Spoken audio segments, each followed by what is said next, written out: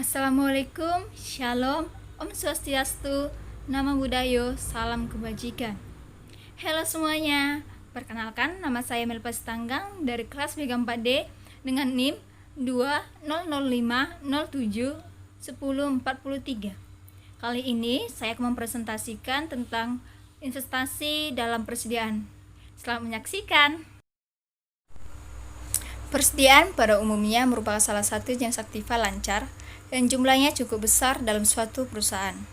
Hal ini mudah dipahami karena persediaan merupakan faktor penting dalam menentukan kelancaran operasi perusahaan. Pengertian persediaan tergantung pada jenis perusahaan, apakah perusahaan jasa atau manufaktur. Di samping itu juga, sifat atau wujud persediaan sangat bervariasi, tergantung pada sifat, jenis, dan bidang usaha perusahaan.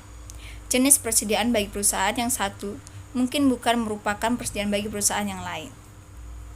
Bentuk persediaan yang pertama, barang yang dibeli disimpan untuk dijual kembali. Yang kedua, barang yang jadi yang telah diproduksi. Yang ketiga, barang dalam penyelesaian yang sedang diproduksi. Yang keempat, bahan serta kelengkapan proses produksi. Yang kelima, bahan pembantu atau persediaan habis pakai atau office supplies inventory. Persediaan diklasifikasikan sesuai dengan jenis usaha. Secara umum, perusahaan dapat dikelompokkan menjadi 3 jenis, yaitu yang pertama perusahaan jasa, yang kedua perusahaan dagang, yang ketiga perusahaan manufaktur. Oleh karena itu, jenis-jenis persediaan pada ketiga perusahaan tersebut berbeda. Jenis-jenis persediaan menurut fungsinya. Yang pertama, bulk stock atau lot-like inventory. Persediaan yang diadakan karena kita membeli atau memproduksi dalam jumlah yang lebih besar daripada jumlah yang dibutuhkan pada saat itu. Keuntungannya, yang pertama, potongan harga pada harga pembelian. Yang kedua, efisiensi produksi. Yang ketiga, penghematan biaya angkutan. Yang kedua, fluctuation stock. Persediaan yang diadakan untuk menghadapi fluktuasi permintaan konsumen yang tidak dapat diramalkan.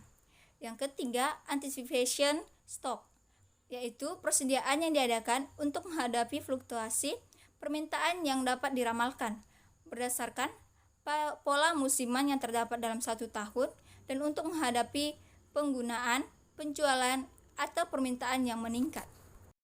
Jenis-jenis persediaan menurut jenis dan posisi barang.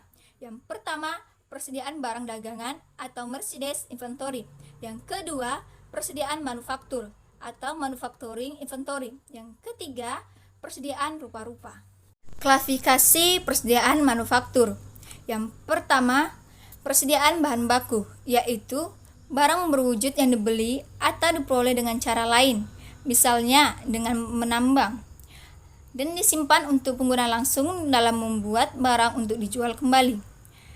Bagian atau suku cadang yang diproduksi sebelum digunakan kadang diklasifikasikan sebagai persediaan komponen suku cadang.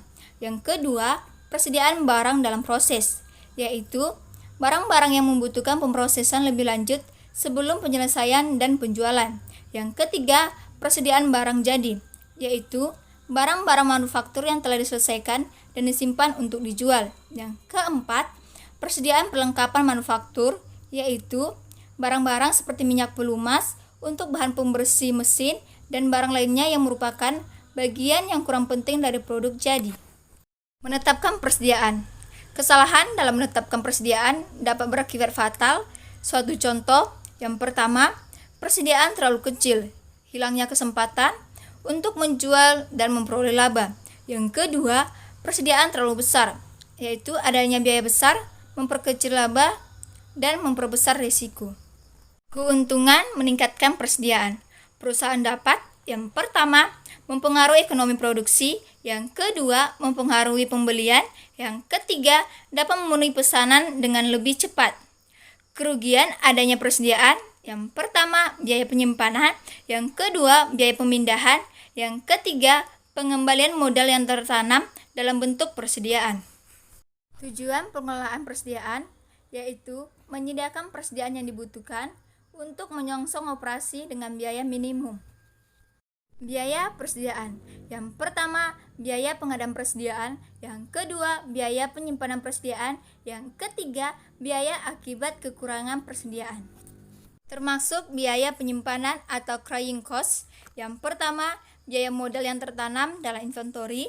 Yang kedua, biaya pemeliharaan barang di dalam gudang. Yang ketiga, sewa gudang. Yang keempat, pajak. Yang kelima, asuransi.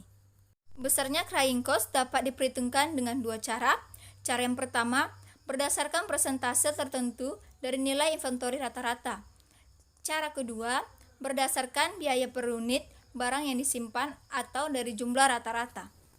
Termasuk biaya pemesanan atau ordering cost. Yang pertama, biaya selama proses pesanan. Yang kedua, biaya pengiriman permintaan. Yang ketiga, biaya penerimaan barang. Yang keempat, biaya penempatan barang ke dalam gudang. Yang kelima, biaya processing pembayaran kepada supplier. Kuantitas pemesanan yang optimal. Dalam penentuan persediaan yang optimal, dapat digunakan model kuantitas pemesanan yang ekonomis, yaitu Economic Ordering Quantity Model atau EOQ. EOQ adalah kuantitas persediaan yang optimal atau yang menyebabkan biaya persediaan mencapai titik terendah. Model EOQ adalah suatu rumusan untuk menentukan kuantitas pesanan yang akan meminimumkan biaya persediaan. Dua dasar keputusan dalam model EOQ. Yang pertama, berapa jumlah bahan mentah yang harus dipesan pada saat bahan tersebut perlu dibeli kembali. Yang kedua, kapan perlu dilakukan pembelian kembali. Model EOQ yang dirumuskan dengan akar pangkat dari 2 dikali jumlah atau dalam unit yang dibutuhkan selama satu periode dikali biaya pesanan setiap kali pesan dibagi harga pembelian per unit yang dibayar dikali biaya penyimpanan dan pemeliharaan di gudang. Asumsi model EOQ. Yang pertama, jumlah kebutuhan bahan mentah sudah dapat ditentukan lebih dahulu secara pasti untuk penggunaan selama 1 tahun atau satu periode. Yang kedua, penggunaan bahan selalu pada tingkat yang konstan secara kontinu. Yang ketiga, pesanan persis diterima pada saat tingkat persediaan sama dengan 0 atau di atas seperti stok. Yang keempat, harga konstan selama periode tersebut. Pemesanan ulang atau reorder point. Untuk melengkapi uraian mengenai static stock dan economical order quantity, perlu diuraikan sedikit mengenai reorder point.